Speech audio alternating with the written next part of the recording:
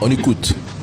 Toutefois, je dois clarifier que le gouvernement n'envisage pas de dialogue avec les groupes armés terroristes, sans foi ni loi, qui portent la responsabilité des événements tragiques que vivent nos populations depuis des années. S'incriminant davantage avec le JNIM affilié à Al-Qaïda, le FLA a librement choisi de prendre fait et cause pour un groupe extrémiste reconnu comme terroriste par l'Organisation des Nations Unies qui l'a inscrit le 4 octobre 2018 sur la liste des sanctions contre Daesh et Al-Qaïda. Le Mali ne reculera pas.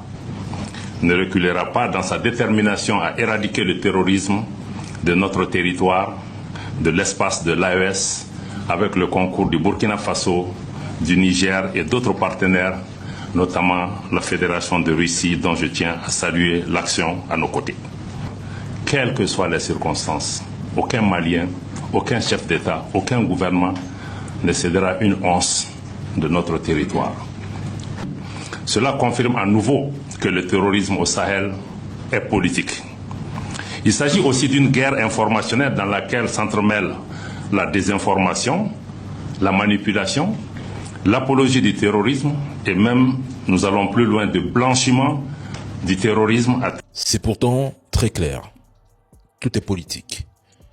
Mais le Mali ne négociera jamais avec les terreaux. Ceux qui passent leur temps à faire croire que le gouvernement malien négocie avec les groupes terreaux vous plongent dans une propagande totale. J'ai déjà dit ici, toute personne ayant soutenu de près ou de loin l'attaque du 25 doit comprendre la gravité de ce qu'elle cautionne.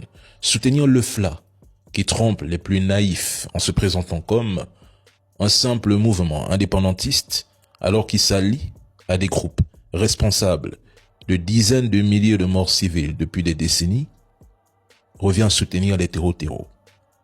Vous êtes des terreaux.